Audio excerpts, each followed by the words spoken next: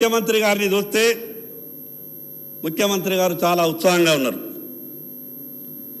సభానాయకుడు గౌరవ ముఖ్యమంత్రి గారికి కొంచెం పట్టుదల ఎక్కువై, ఎందుకంటే వ్యక్తిగతంగా నాకు దాదాపు 15 సంవత్సరాల నుండి ముఖ్యమంత్రి గారు నాకు పరిచయం. ఆయన ఏదైనా విషయం మీద పట్టుబడితే కానీ, ఏ విషయం మీదైనా కానీ కొంత ఆలోచించే అవసరం అనుకుంటే కానీ కొంత మొండితనం ఉన్నటువంటి మాట వాస్తవం. కానీ ముఖ్యమంత్రి గారికి ఏదైతే చురుకైనటువంటి ఒక మొండితనం ఉన్నదో, కానీ రాష్ట్ర ఆర్థిక పరిస్థితి ఆ రకంగా లేదు అధ్యక్ష.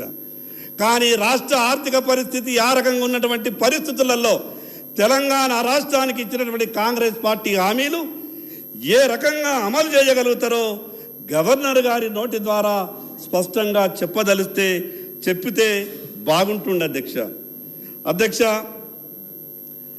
రాష్ట్ర ఆర్థిక పరిస్థితి ఈ రకంగా ఉంటే ఎంత ఘోరంగా ఉన్నదనంటే, తెలంగాణ రాష్ట్ర ఆర్థిక పరిస్థితి ప్రతి నెల 1వ తారీఖున ప్రభుత్వ ఉద్యోగులకు జీతాలు ఇవ్వలేనటువంటి పరిస్థితి కొత్తగా వచ్చినటువంటి ప్రభుత్వం వల్ల ఏర్పడింది కాదు.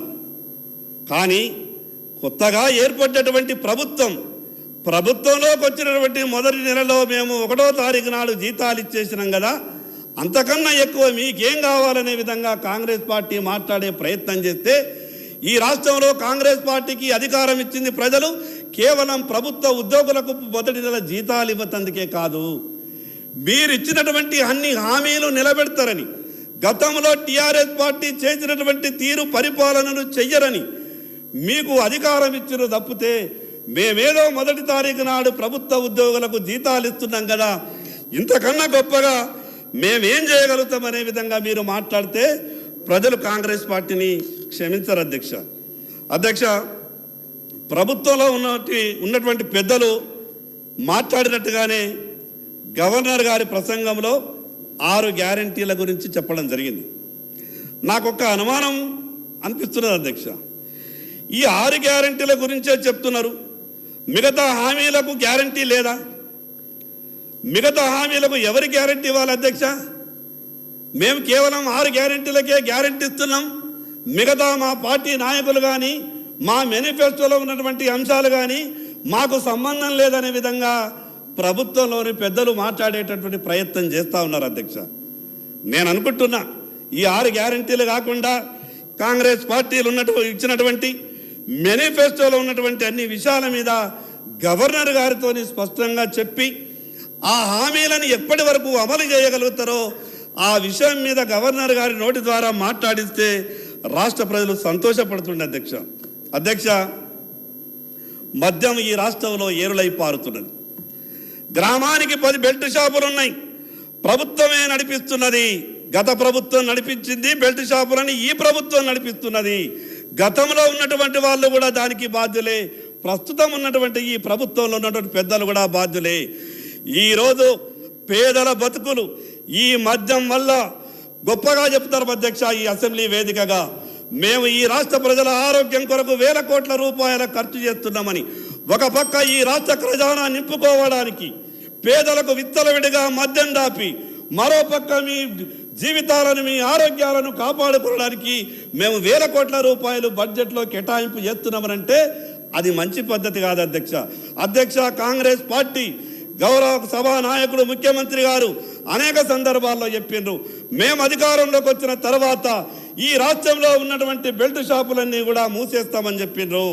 ఈరోజు మహిళా గవర్నర్ గారి చేత మీరు సభలో మాట్లాడించినటువంటి ఆ విషయంలో ఈ బెల్ట్ షాపులు ఎప్పటి నుండి మూసేస్తారో స్పష్టంగా చెప్పింటే ఈ రాష్ట్ర మహిళలంతా కూడా కొంత సంతోషపడుతుండే అధ్యక్ష.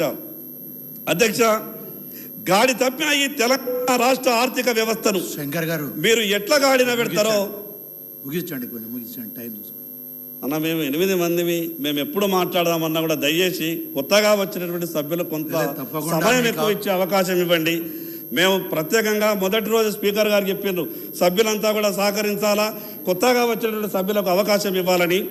అధ్యక్ష, గాడి తప్పిన తెలంగాణ రాష్ట్ర ఆర్థిక వ్యవస్థను మీరు ఎట్లా గాడిన పెడతారో అనే విషయాన్ని గవర్నర్ గారి నోట చెప్పించి ఉంటే కొంత బాగుంటుండే అధ్యక్ష. ఎంత ఘోరం అంటే, ఇప్పటి వరకు ఈ తెలంగాణ రాష్ట్రం ఎంత అప్పు ఉందో గత ప్రభుత్వంలోని పెద్దలు రాష్ట్ర ప్రజలకు స్పష్టంగా చెప్పలేదు. కొత్తగా వచ్చినటువంటి ప్రభుత్వం కూడా రాష్ట్ర ప్రజలకు ఈ ఎంత అప్పు ఉందో ఇప్పటి వరకు చెప్పేటటువంటి పరిస్థితి లేదు. ఈ అప్పుల విషయంలో కూడా గవర్నర్ గారి ప్రసంగంలో స్పష్టంగా పొందుపరిస్తే బాగుంటుండే అధ్యక్ష. ఇది చాలా ముఖ్యమైన విషయం. రైతులకు పంటల బీమా పథకం అనేక సందర్భాల్లో గౌరవ ముఖ్యమంత్రి గారు మాట్లాడింది. రైతులకు పంటల బీమా రావాల్సిందే. అతివృష్టి వల్ల అనావృష్టి వల్ల రైతులకు పంటలు చెడిపోతే మరి రైతులు చాలా ఇబ్బందులలో ఉంటారు. కాబట్టి మరణించిన తర్వాత ఇచ్చే రైతు బీమా కన్నా బతికున్నప్పుడు ఇచ్చేటటువంటి పంటల బీమా పథకాన్ని రాష్ట్రంలో ప్రవేశపెట్టాలని ముఖ్యమంత్రి గారు అనేక సందర్భాల్లో గతంలో మాట్లాడింది. మరి ఈరోజు కాంగ్రెస్ పార్టీ ప్రభుత్వం ఏర్పడ్డది.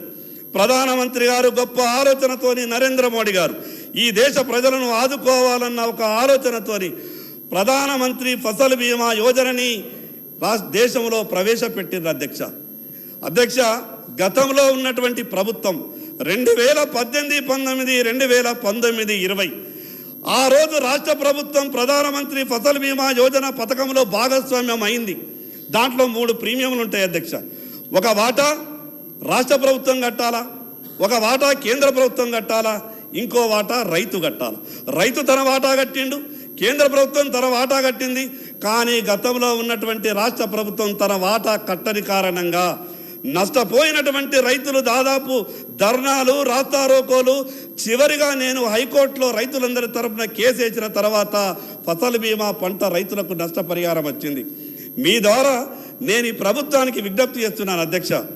ఈరోజు మరణించిన తర్వాత ఇచ్చేటటువంటి ఏదైతే రైతు బీమా ఉన్నదో అది ఉండాల్సిందే, సంతోషం.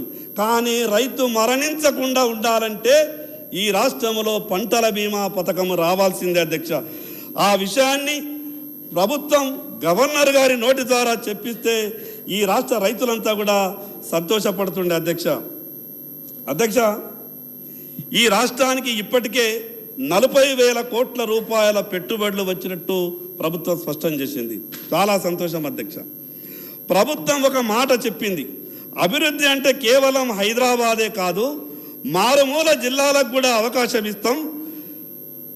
మా వెనుకబడ్డటువంటి ఆదిలాబాద్ జిల్లా కావచ్చు, కొమరంభీం ఆసిఫాబాద్ జిల్లా కావచ్చు, నిర్మల్ కావచ్చు, మంచిర్యాల కావచ్చు, ఇటువంటి వెనుకబడ్డటువంటి జిల్లాలకు కూడా ఉపాధి అవకాశాలు రావాలి. కాబట్టి మేము పెట్టుబడులు ఏ వచ్చినా కూడా ఆ జిల్లాలకు కూడా మేము పెట్టించే ప్రయత్నం చేస్తామని చెప్పారు అధ్యక్ష. జిల్లాల విభజన జరిగిన తర్వాత మీకు కూడా తెలుసు, ఉమ్మడి జిల్లాల విభజన జరిగిన తర్వాత జిల్లాలలో ఒక గందరగోళమైనటువంటి పరిస్థితి ఏర్పడ్డది. ఉపాధి అవకాశాలు లేవు, ఉద్యోగ అవకాశాలు లేవు. పెట్టుబడులు పెట్టేటంతా వాళ్ళంతా కూడా హైదరాబాద్కే వస్తున్నారు. హైదరాబాద్కు ఆనుకుని ఉన్నటువంటి భూములే కావాలంటున్నారు. కానీ వెనకబడ్డటువంటి ఈ జిల్లాలకు పెట్టుబడులు ఏవి వస్తలేవు అధ్యక్ష. ఈ ప్రభుత్వం బాధ్యత అధ్యక్ష, వెనకబడ్డటువంటి జిల్లాలకు పెట్టుబడి పెట్టించే విధంగా, వెనకబడ్డటువంటి జిల్లాలో పెట్టుబడి పెట్టడానికి ఎవరైనా పారిశ్రామికవేత్తలు ముందుకొస్తే హైదరాబాద్లో ఇచ్చినటువంటి ఫెసిలిటీస్ కన్నా ఎక్కువ ఆ మారుమూల జిల్లాలో పెట్టుబడులు పెట్టేటటువంటి వాళ్ళకి ఇస్తే కొంత మా దగ్గర ఉద్యోగ అవకాశాలు మెరుగుపడే అవకాశం ఉంటుంది. కాబట్టి ఆ రకమైనటువంటి ప్రస్తావన కూడా గవర్నర్ గారి ప్రసంగంలో చెప్తే బాగుంటుండే అధ్యక్ష. రాష్ట్ర కాంగ్రెస్ పార్టీ ఇచ్చినటువంటి ప్రధాన హామీ, ఈరోజు ప్రభుత్వం అధికారంలోకి రావడానికి కారణమైనటువంటి హామీ, అది 2 లక్షల రూపాయల రైతు రుణమాఫీ. ఆ రోజు గౌరవ ముఖ్యమంత్రి గారు 2 లక్షల రూపాయల రైతు రుణమాఫీని ఏకకాలంలో చేస్తామంటే మాకు కూడా ఎన్నికల సందర్భంలో ఎందరో మంది రైతులు మమ్మల్ని అడిగారు.